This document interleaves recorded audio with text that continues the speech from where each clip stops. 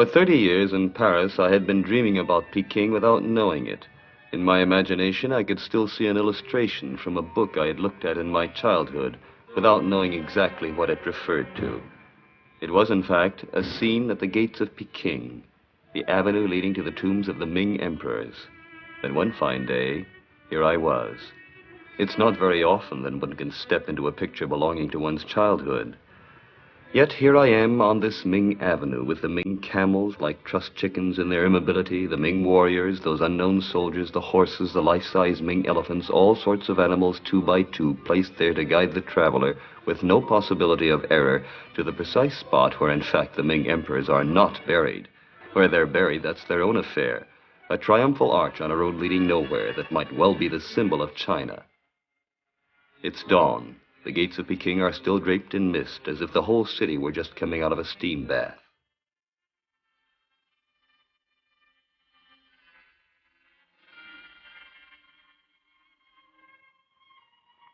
The secret of the tombs was one form of Chinese politeness. The mist is perhaps another. This filmy veil that comes between people that prevents them from touching each other or staring at each other, this city at the bottom of the sea, this dusty light midway between water and silk, all this is still politeness, but it is already a form of painting.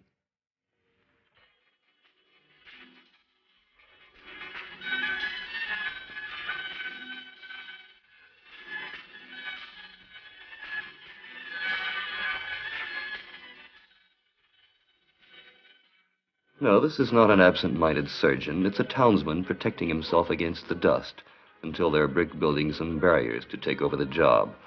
For the revolution was directed against the capitalists, but also against dust, disease, and flies. The result is that one still finds capitalists in China, but there are no more flies.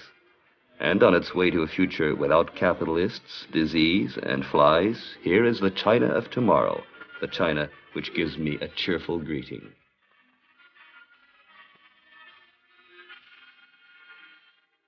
In the park where the China of tomorrow has led me, a Pekingese of today is doing his physical exercise. Here the traditional sword takes the place of the Western dumbbells. The sword calls for more skill than the dumbbells, for with the same movement of the wrist you have to whirl both something heavy, the sword, and something light, the silk tassel with its pom-poms. After proving his skill in this stylized violence, the Pekingese of today engages in a boxing match with one of his friends.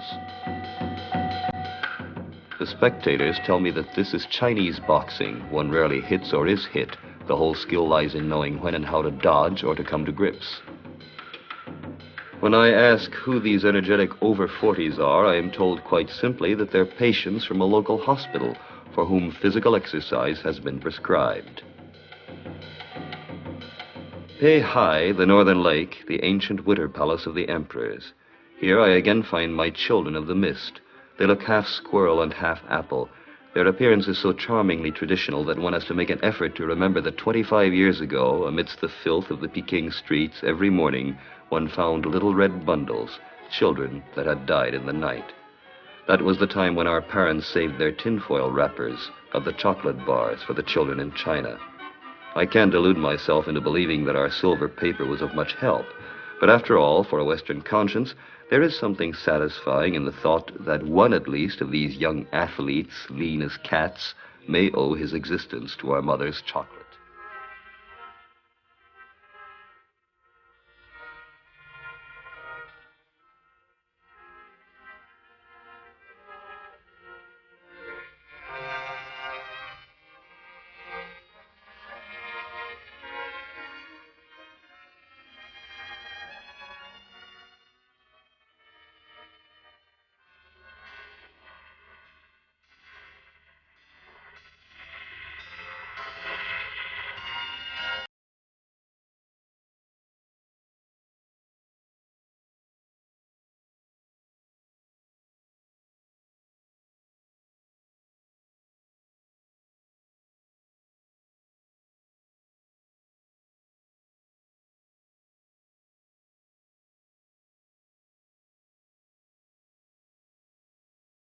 "10 o'clock, a Ming steamroller, unless it's just a copy, is leveling one of the walks of the Winter Palace. It's time to take a pedicab. those contraptions that have replaced the rickshaw and mingled with the hustle of the Chinese town. The Chinese town, that is to say, the suburb that more or less escaped the geometrical planning imposed by the Mongol conquerors. With its streamers, its signboards, and all the paraphernalia of incomprehensible publicity, this is the China of the movies. You'd expect to see Humphrey Bogart in a white suit coming out of an opium den, but there are no more opium dens, and lovers of the picturesque can always turn back to those fragments of old China that the flow of modern life still carries along with it. The price of modernism does not seem so high when we see the harsh price of the picturesque. For instance, this woman with deformed feet, a survival of the days of the Empire. Through Taitsing Men, the gate of purity, we move from one city to another, from the Chinese town to the Tartar town. This is regularly arranged in squares enclosing the imperial palace. It's less commercial than the Chinese city, though its outer avenues are in permanent use as a market, and beyond these there is a third city, the town that is being built, the Peking of 2000 AD. With the labor of mule and man, it is arising, a Peking which fortunately does not owe much to European forms of architecture.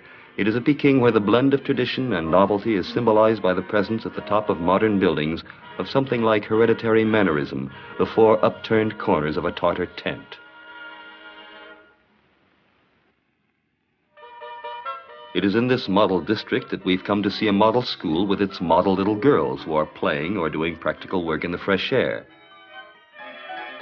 A class in the open air, a class to delight Giraudoux, where retorts and blast furnaces become the most delightful things in the world, and where meteorology is studied side by side with crochet work. I'm ashamed to confess that I interrupted the march of history for a moment, and by showing the class a picture book from France, caused general confusion. But the book is written in French, and the sight of all of these queer symbols gives the young Chinese, I am told, all the thrills of the exotic.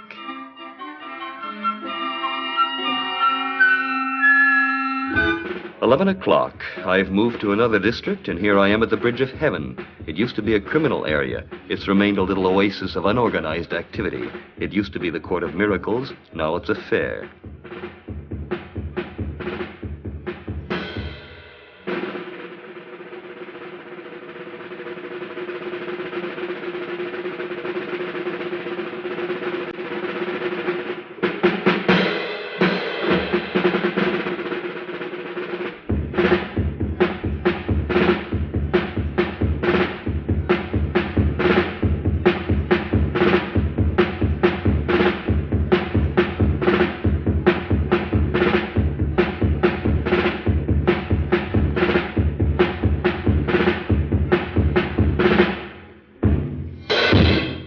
Midday and back in the street again. The policeman does not blow a whistle. That would not be polite. He addresses pedestrians and cyclists in terms that, though vigorous, are always grammatically correct. The children's bus which takes youngsters to school or to the park. And all along the streets, the permanent exhibit of the treasures of Peking. From the penny toys they sell on the pavements to the shops covered with characters as if they were huge boxes of tea. It is a feast of color. There is color everywhere, on the walls, on the fruit, on the pastry shops, and on the children's toys, on the musical instruments they're selling in the open air, on the theatrical costumes, on the sweetmeats, on the cheap porcelain in the market, and on the precious porcelain in Liu Li Shan, the street of the antique dealers, on roofs as well. And the whole town is a display stand for ancient China, with its temples, with its bronze animals, and its porcelain roofs. This is no longer the China of the movies. It's the China of Jules Verne's, of Marco Polo, and in this forbidden city, the golden center where the old imperial spider wove her web, in this forbidden city, now a museum close to this still white Peking cathedral, threatened symbolically by the horns of pagodas, one's imagination is caught up in history. One dreams of a fabulous China with a past more remote than the concealed faces of the moon, revealed only by the roosters crowing in the night and the she-lions staring at the sun. One thinks of the troops of Genghis Khan penetrating the passes of the mountain edged by the Great Wall, that masterpiece of the Chinese emperors, a Maginot Line 1,600 miles long and just about as useless. The horsemen descending on the plains and giving it over to their Tartar steeds, the Tartar steeds with soulful eyes like those of girls. The ancient Peking destroyed and transformed into a Mongol sub-district. the grandson of the conqueror Kublai Khan, rebuilding the capital and imposing upon it an order that would endure for 7 centuries, and sowing in his palaces a blue flower that grows only in Mongolia to assuage the homesickness of his troops, and the weariness of the conquerors, their inability to impose order on this vast mass, and the beginning of an era of legendary wars that still resound through the Peking Opera House today.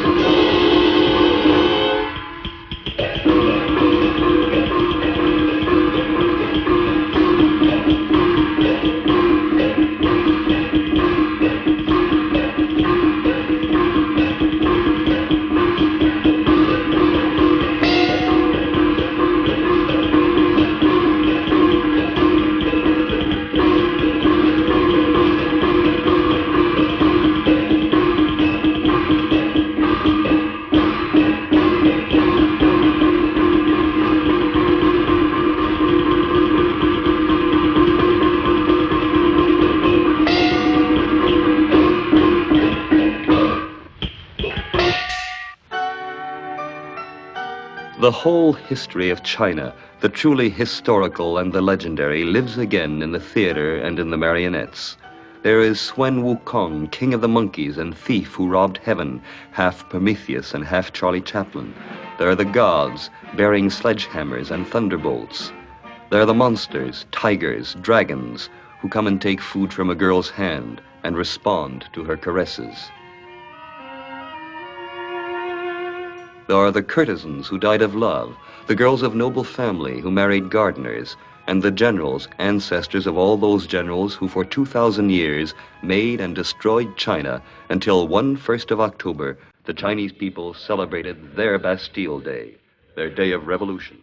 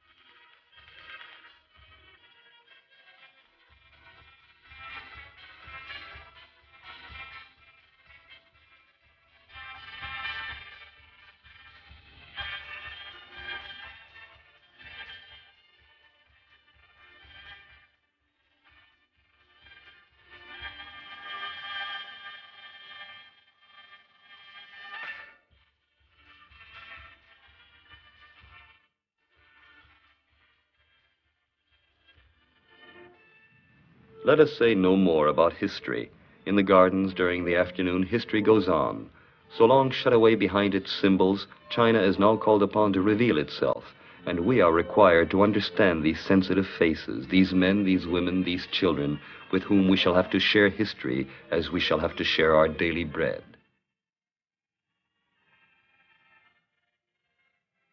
This crowd, so truly human, delights in being face to face with animals. The zoo in Peking is full of visitors. Here is this crowd like a broad blue river with its pairs of lovers chatting tenderly about the 5-year plan.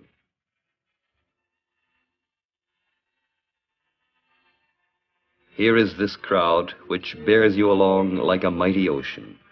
No amount of exasperation or pushing will carry you against it.